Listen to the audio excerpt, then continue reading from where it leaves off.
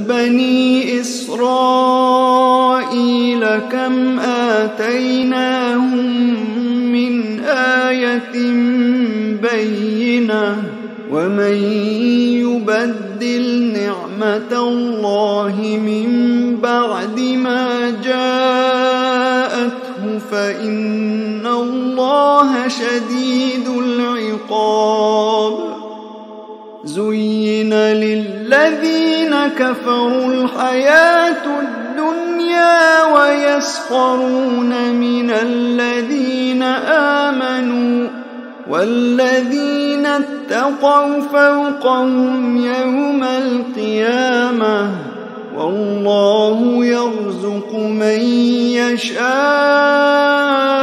بغير حساب كان الناس أمة واحدة فبعث الله النبيين مبشرين ومنذرين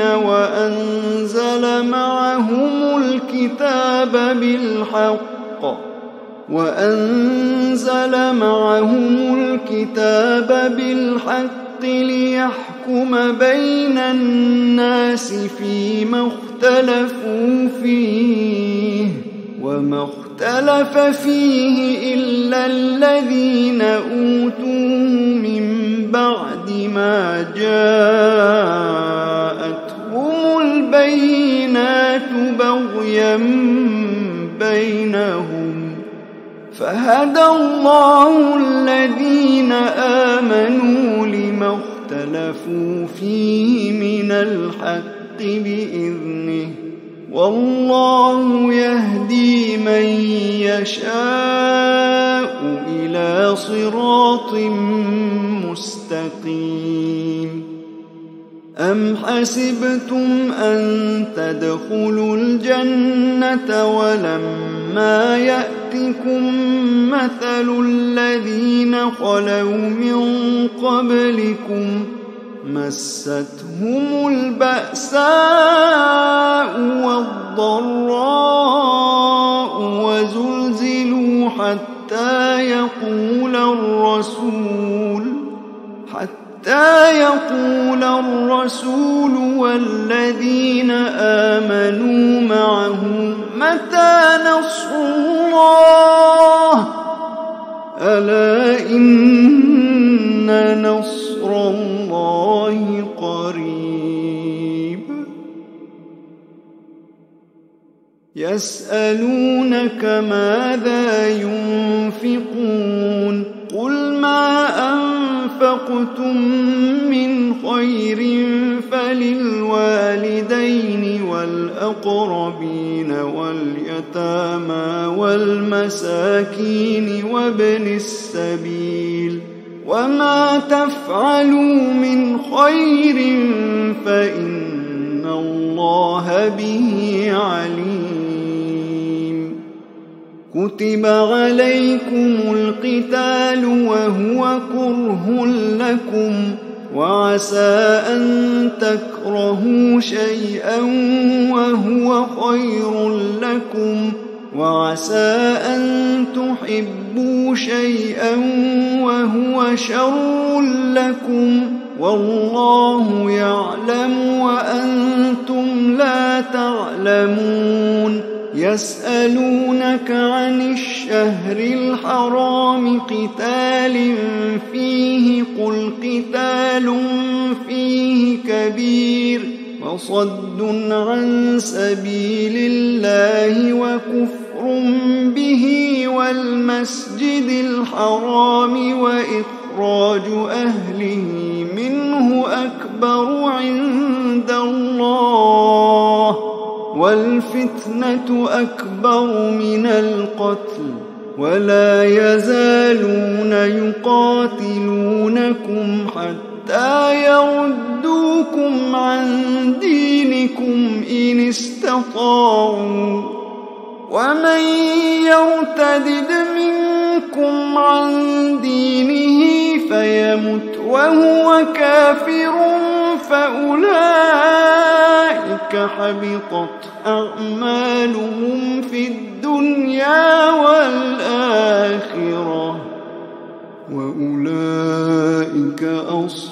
أصحاب النار هم فيها خالدون. إن الذين آمنوا والذين هاجروا وجاهدوا في سبيل الله أولئك يرجون رحمة الله والله غفور رحيم.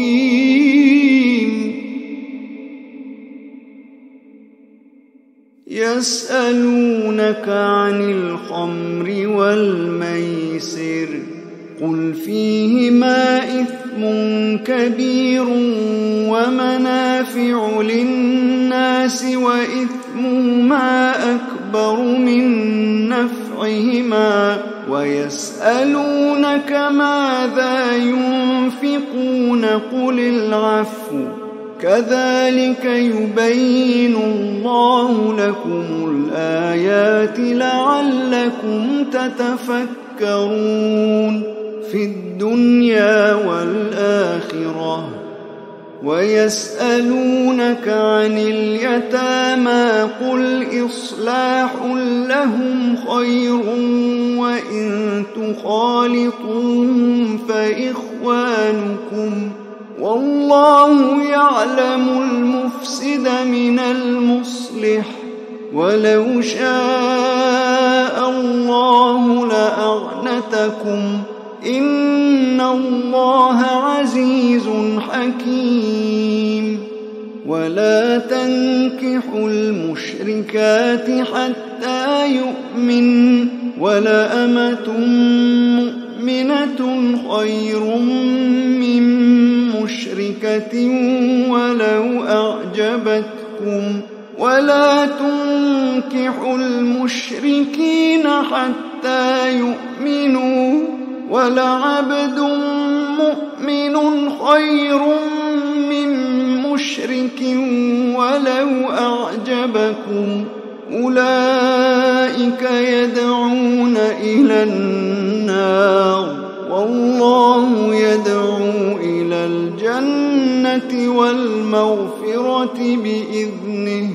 ويبين آياته للناس لعلهم يتذكرون. ويسألونك عن المحيض قل هو أذى فاعتزلوا النساء في المحيض ولا تقربوهن حتى يطهرن فإذا تطهرن فأتوهن من حيث أمركم الله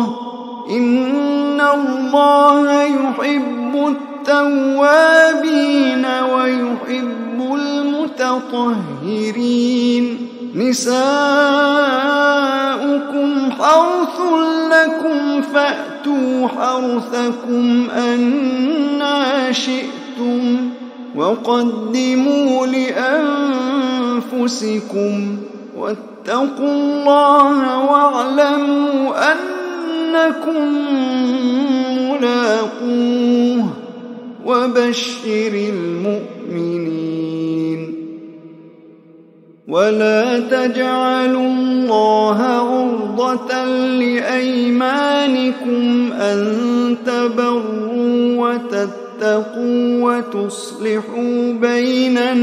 الناس والله سميع عليم.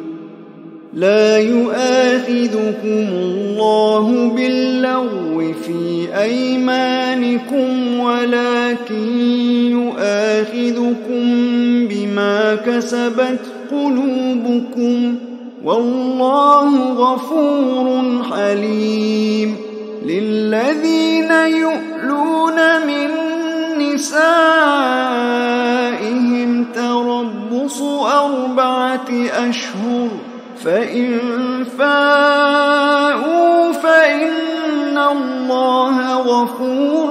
رحيم. وإن عزموا الطلاق فإن إن الله سميع عليم. والمطلقات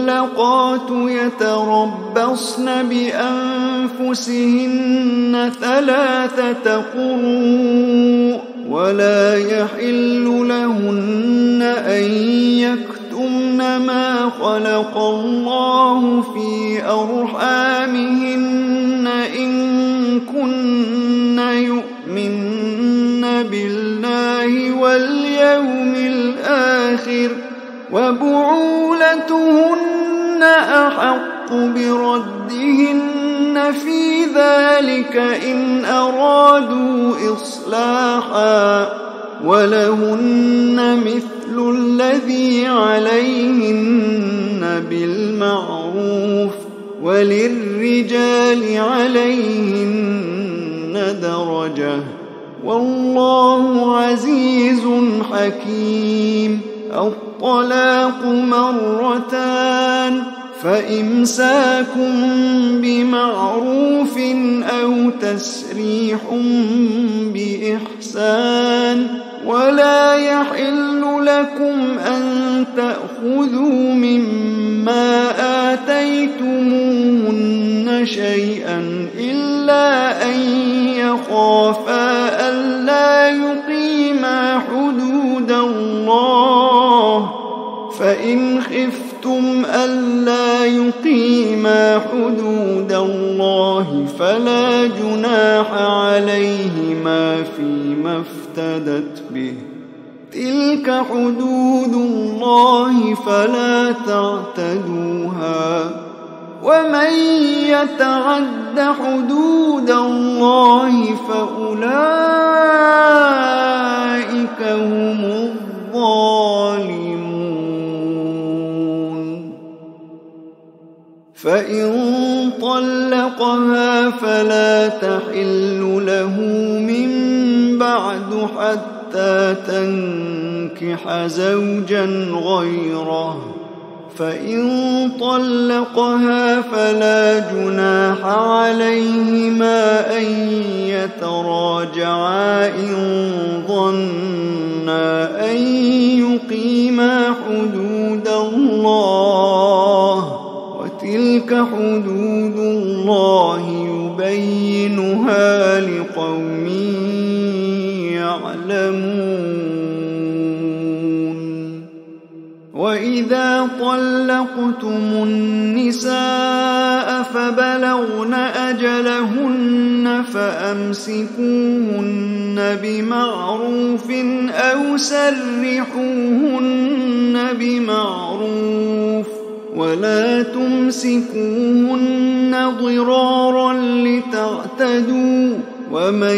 يفعل ذلك فقد ظلم نفسه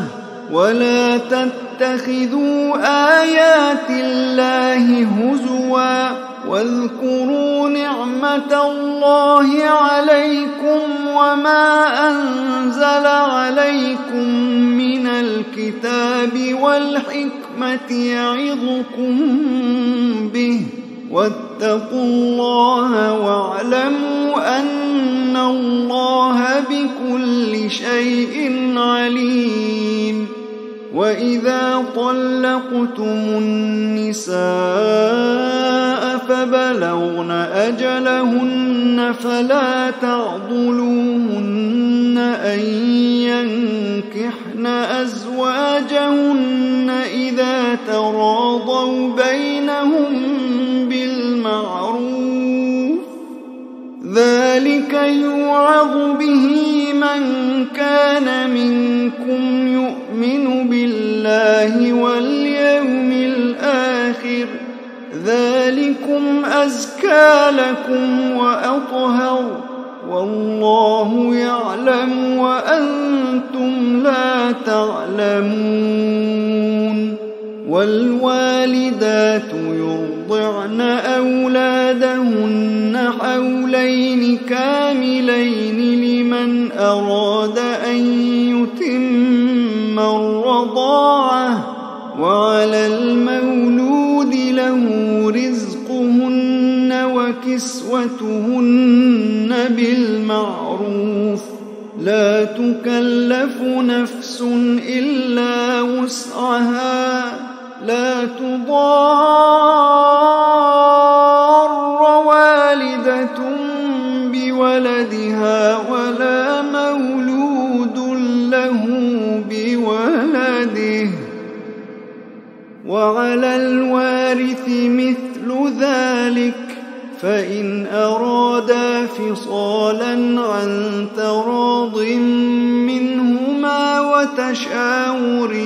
فلا جناح عليهما وإن أردتم أن تسترضعوا أولادكم فلا جناح عليكم إذا سلمتم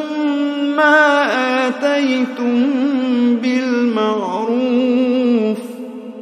واتقوا الله واعلموا أن الله بما تعملون بصير والذين يتوفون منكم ويذرون أزواجا يتربصن بأنفسهن 4 أشهر وعشرا فإذا بلغن أجلهن فلا جناح عليكم فيما فعلن في أنفسهن بالمعروف والله بما تعملون خبير ولا جناح عليكم فيما عرضتم به من خطبة النساء أو أكننتم في أنفسكم علم الله أنكم ستذكرونهن ولكن لا تواعدوهن سرا إلا أن تقولوا قولا معروفا ولا تعزموا عقدة النكاح حتى يبلغ الكتاب أجله واعلموا أن الله يعلم ما في أنفسكم فاحذروه واعلموا أن الله غفور حليم لا جناح عليكم إن طلقتم النساء ما لم تمسوهن أو تفرضوا لهن فريضة ومتعوهن على الموسع قدره وعلى المقتر قدره متاعا بالمعروف حقا على المحسنين وإن طلقتموهن من قبل أن تمسوهن وقد فرضتم لهن فريضة فنصف ما فرضتم إلا أن يعفون أو يعفو الذي بيده عقدة النكاح وأن تعفوا أقرب للتقوى ولا تنسوا الفضل بينكم إن الله بما تعملون بصير حافظوا على الصلوات والصلاة الوسطى وقوموا لله قانتين فإن خفتم فرجالا أو ركبانا فإذا أمنتم فاذكروا الله كما علمكم ما لم تكونوا تعلمون والذين يتوفون منكم ويذرون أزواجا وصية وصية لأزواجهم متاعا إلى الحول غير إخراج، فإن خرجن فلا جناح عليكم فيما فعلن في أنفسهن من معروف، والله عزيز حكيم. وللمطلقات متاع بالمعروف حقا على المتقين، كذلك يبين الله لكم آياته لعلكم تعقلون.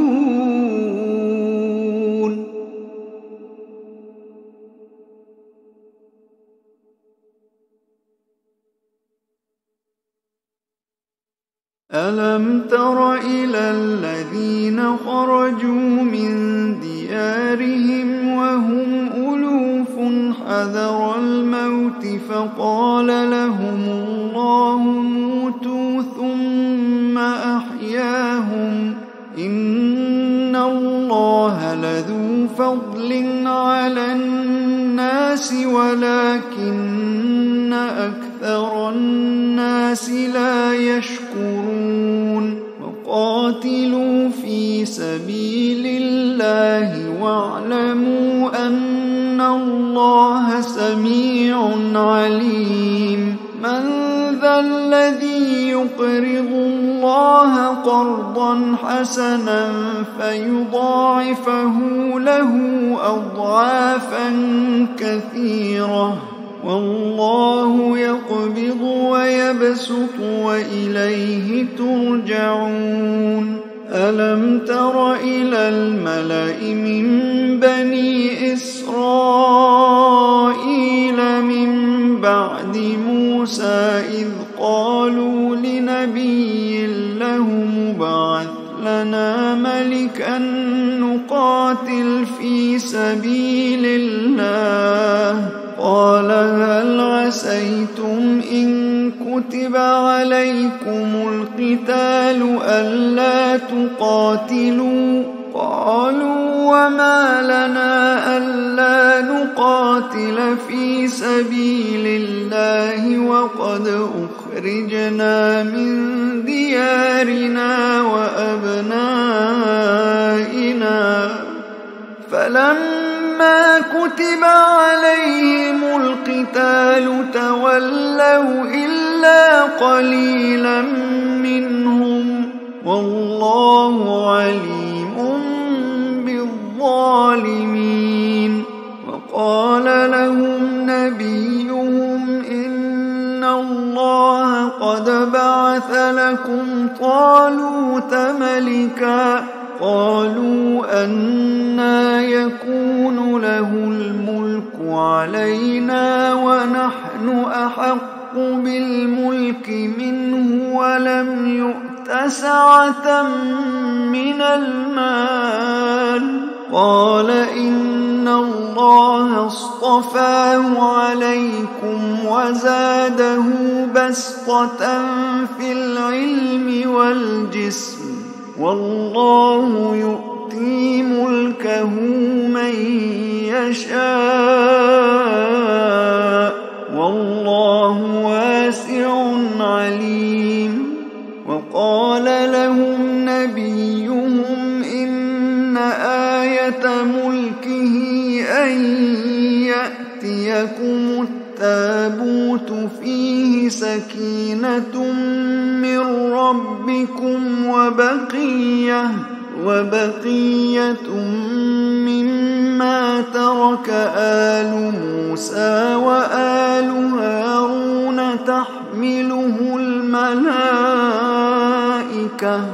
إن في ذلك لآية لكم إن كنتم مؤمنين. فلما فصل طالوت بالجنود قال إن الله الله مبتليكم بنهر فمن شرب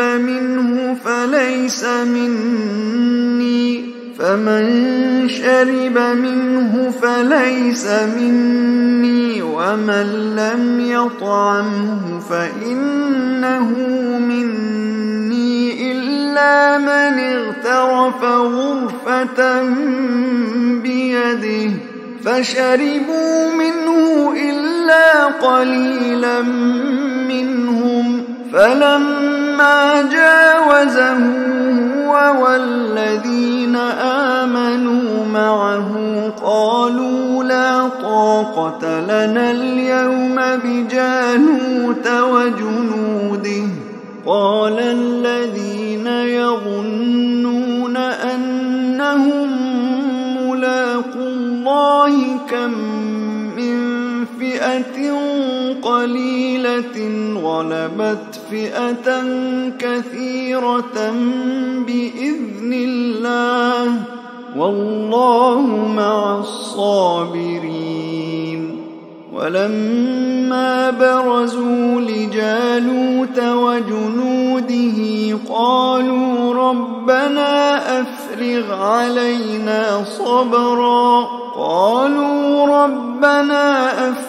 علينا صبرا وثبت أقدامنا وانصرنا على القوم الكافرين فهزموهم بإذن الله وقتل داود جالوت وآتاه الله الملك والحكمة وعلمه مما يشاء ولولا دفع الله الناس بعضهم ببعض لفسدت الأرض ولكن الله ذو فضل على العالمين تلك آيات الله نتلوها عليك بالحق وإنك لمن المرسلين